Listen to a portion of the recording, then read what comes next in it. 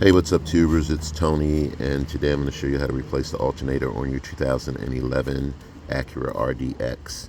The reason we're replacing the alternator is because the vehicle will cut off on the customer while she's driving. I tested this alternator and found that the voltage regulator on this alternator is overcharging the car battery. So that's why we're going to replace the alternator. Tools you'll need for today's task: you'll need a 12 millimeter socket to disconnect the black cable on the battery, or whatever size nut you have that holds your battery in place, because it could be different, but on this vehicle it's 12 millimeter. There are three 12 millimeter alternator retaining bolts that you'll need to disconnect. Two down there, one up top. The first thing you want to do is reach down in this area, and you'll be able to grab the fan assembly's electrical connector, push it in, and pull it away from the fan assembly. Disconnect the two 10 millimeter screws that hold the fan in place. Okay, remove this overflow. I'm not going to waste your time with that. And then you can slide the fan assembly out of place. The next thing you want to do is disconnect the alternator's electrical connector tab. Just push down on that tab and safely pull the electrical connector away. And there's a 10 millimeter nut behind here that you want to break loose. The next thing I do, guys, is I take I think it's a 14 millimeter wrench, and I put it on the belt tensioner pulley and pull the wrench towards the front of the car. That will take the stress off of the belt. You notice that I take a bungee cord and just keep the belt up so that I don't drop it down in the vehicle. And then all you need to do is remove your three 12 millimeter alternator retaining bolts and then pull your alternator out. I'll show you the belt tensioner in a little bit. I want you guys to know that take out your bottom two bolts first. Just take your time. You'll get to them, okay?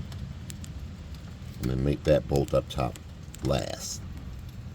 Take note that the two short bolts go down the bottom and the long bolt goes up top. Folks, you're going to slowly bring the alternator up through this area. Careful not to hit the radiator.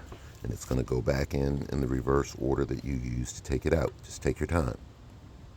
Now I've got the new alternator in, guys. Make sure all the bolts are tight. And now see how I have my belt set up.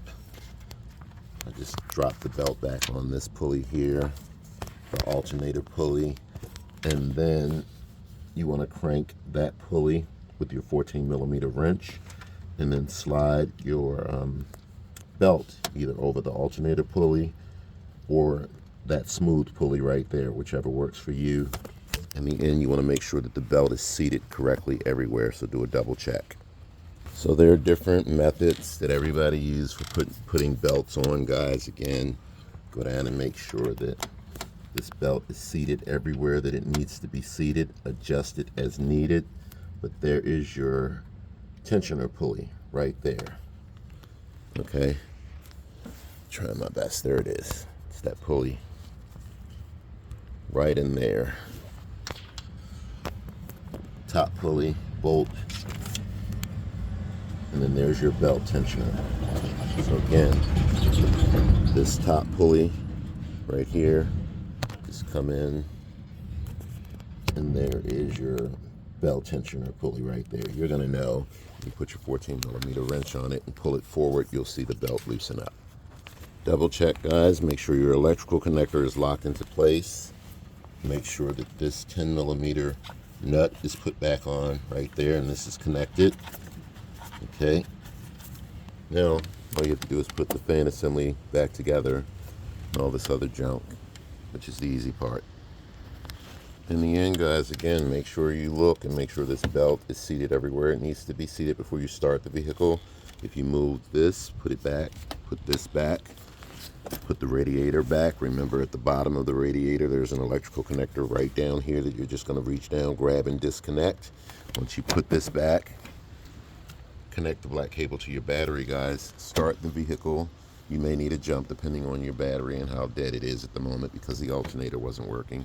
But start the vehicle, turn on all the lights, radio, air, and everything for about 5 minutes. Let the vehicle run. The alternator will quickly charge the battery up. So you want to let the car run for about a good 10 minutes with everything in the car on, okay? All right, folks, thanks for watching. And this is how you replace the alternator on your 2011 RDX. Just keep in mind, everybody has a different method and style of doing things. I just showed you mine's today. If you're looking for the crankshaft position sensor on this vehicle, it's located right behind the front passenger wheel. Just to show you guys, there's the crank pulley, and then right straight in there is your crankshaft position sensor. All right, folks, take care.